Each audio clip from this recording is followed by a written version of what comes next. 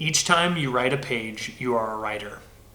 Each time you practice the piano, you are a musician. Each time you start a workout, you are an athlete. Each time you encourage your employees, you are a leader. It's time to decide the person who you want to be and cast your vote with small wins every day. After reading Atomic Habits, we think that these are the 2 best ways to change your habits for the better. So the first big rule that we found that we think is the most important to actually changing your habits is really shifting your focus. Most people view the habit as the end goal. They view what they're trying to do to get them to what they're trying to achieve, that is the end goal.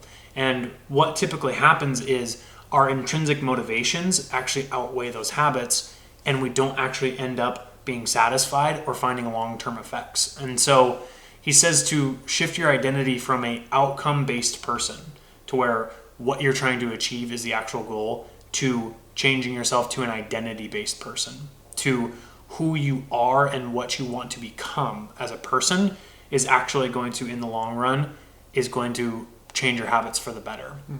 So there's 3 layers to how we view habits. The outside layer is the actual outcome. That's what we're actually trying to achieve. Mainly it is the habit a lot of times. And then the middle layer is the process. That's what we're doing, and that's how we're trying to get to that outcome. And most everyone's motivation at first is to just focus on the outcome and the process. And that typically falls flat, and we see it in our lives that we don't have this motivation, or we feel like we lack this ability to actually achieve these things. But we realize because who we are as a person isn't actually set up, or what we're saying, casting votes for the type of person that you want to be. Because you are what you do repeatedly. And so what we're actually trying to become is going to come out of a core identity.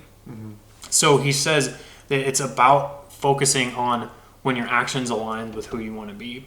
I think this ties in perfectly to another book called The 7 Habits of Highly Effective People, and where Stephen Covey talks about starting and focusing on the main things. Whereas when you create values and when you create an identity, it's very easy to line up your actions with who you want to be.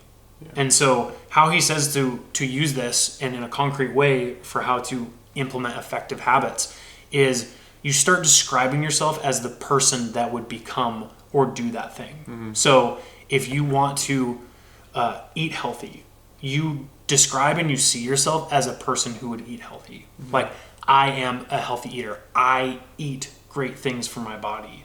And you start speaking, and a lot of it is speaking that over yourself and trying to change your mindset and how you view what those actions are. They don't all of a sudden become a burden, they become a part of you, because that's just, a person who wants to eat healthy just eats healthy. And so this is, it sounds trivial. It really does. It almost sounds kind of like you can gloss over it, a little unimportant. But this is the first step, because it has to start from the inside. And so every time you then do something in a positive way, it casts a vote, what James Clear said, to the person that you want to become, and that you are that type of person.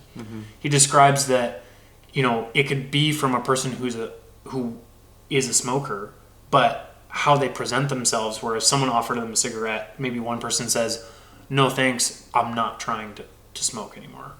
Right there, you're still identifying as a smoker, and you're still just trying to overcome this thing in your life. Whereas someone offers a cigarette to another person, they say, "No thanks, I'm not a smoker." Even though they may still be struggling to get over that, they're now simply rooting themselves in the belief that they are the person who does not smoke, and it's easy to see the actions that don't align with that. And so this is a powerful central core idea to where all the other choices and decisions and habits you make flow out from that. And then that's going to make what you do later on, it's going to be easier to actually achieve those things, because it's all a part of a core person who you're trying to become, not just a thing you want or a thing that you're trying to do. Next, we want to talk about the second most important rule of habits, and that is changing your environment and just setting yourself up for the best success. So specifically, I think this is why in homes we have different rooms.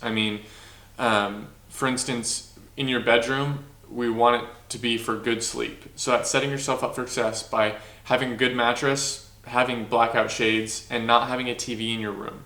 So all these things are setting yourself up for success. That way, if you don't watch TV in your room, you're not going to stay up and be tempted to watch TV later than you should.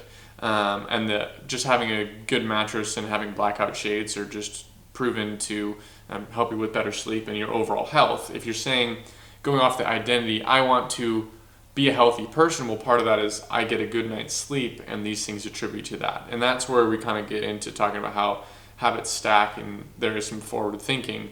But then going into more of a health with diet and fitness, if you have a specific room that you go work out in, I know my extra bedroom is where I work out, or I know Planet Fitness down the road is where I work out after work at 5 o'clock, or a certain restaurant I get this meal that is healthy after a certain time, or even setting out your pots and pans to make your oatmeal or cut your vegetables and have it prepackaged ahead of time.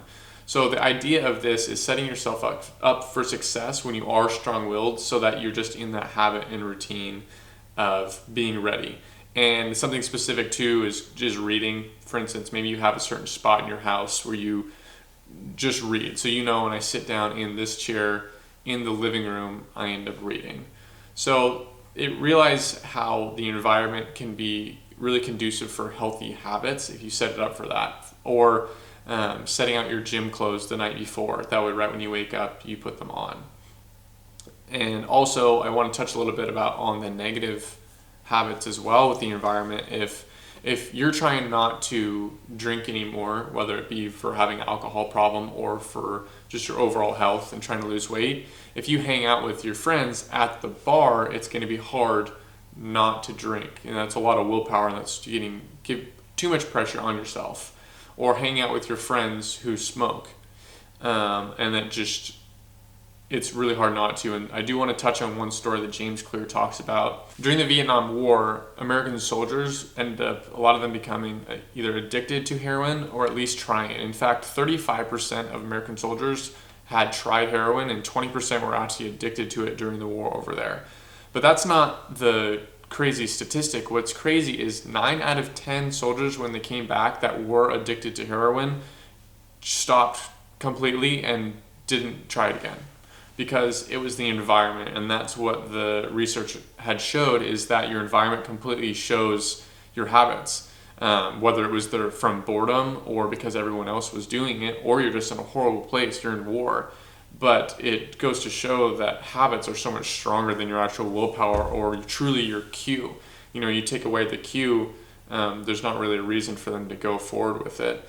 And so you can use this to get rid of bad habits, but we also use this to encourage the good ones. If you want to practice your guitar more, have your guitar set up in your living room on the stand so you pass by it every day. If you want to read more, have your book set out on your coffee table in the morning that you sit on the couch. If you want to watch less TV, unplug your TV every time, just so that's one more step you have to go through, or put it in the closet. He talks about, most people think that they lack motivation, but what they really lack is clarity. And that's clarity in their environment and clarity in what they're trying to achieve, to where you're aligning and how you're setting up your process to what your outcome is supposed to be. Mm-hmm. So it's actually doing conducive things to where it's going to make it's going to make what you want obvious, and it's going to be obvious on how to achieve those things. Yeah. Most people just think they need more willpower. They just think they need more motivation, and it's not true. They found that people who typically are more successful with positive habits don't have any more sort of inborn strength to do that. They just have set themselves up in environments that are actually easier to handle, to where they're not having the cues to actually even trigger those habits. Mm-hmm. Thanks again for joining us. So to reiterate, the 2 most important rules for creating better habits is 1, to focus on your identity. Focus on who you want to become, and then the habits, and aligning your actions with those beliefs. And 2nd, changing your environment. Removing negative cues and creating positive cues to be able to make it easier to set up yourself for success. Let us know what habits that you want to start forming or habits that you're struggling with now and you're just trying to figure out how to stop doing them. We're more than happy to help, and we'd love for you guys to message us or comment below and let us know how you've changed and gotten better on yourself as well. And challenge you to set up your environment in a conducive way to help you with these good habits that you want to form, and also to help you remove yourself from the environments that aren't the good habits that you're looking for. And start believing in yourself and encouraging yourself with positive words and really creating the identity of the things and the person you want to become. You're more than capable of doing this and achieving this, and we encourage you to just lighten up and not be so hard on yourself, because you're more than capable.